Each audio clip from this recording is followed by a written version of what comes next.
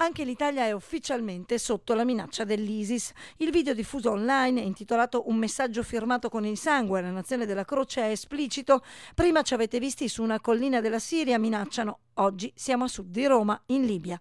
E così, mentre la Farnesina sta evacuando gli italiani dal paese africano, cresce la preoccupazione anche nella nostra penisola. Ma i bassanesi temono un possibile conflitto? Siamo andati a chiederglielo. Sono preoccupato. No. Credo nelle forze pubbliche italiane, credo nel buon senso degli italiani e credo che certe manifestazioni, certe violenze qui in Italia sia difficile che accadano.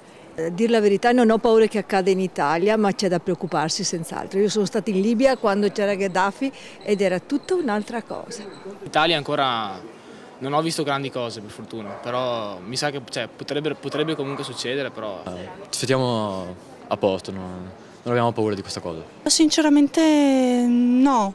Io l'ho vissuto, anche gli attentati a Parigi, io l'ho vissuto come una manovra per aumentare l'odio verso gli extracomunitari. Dobbiamo aver paura perché quella gente lì non sai mai dov'è, per cui te la puoi trovare anche sotto casa.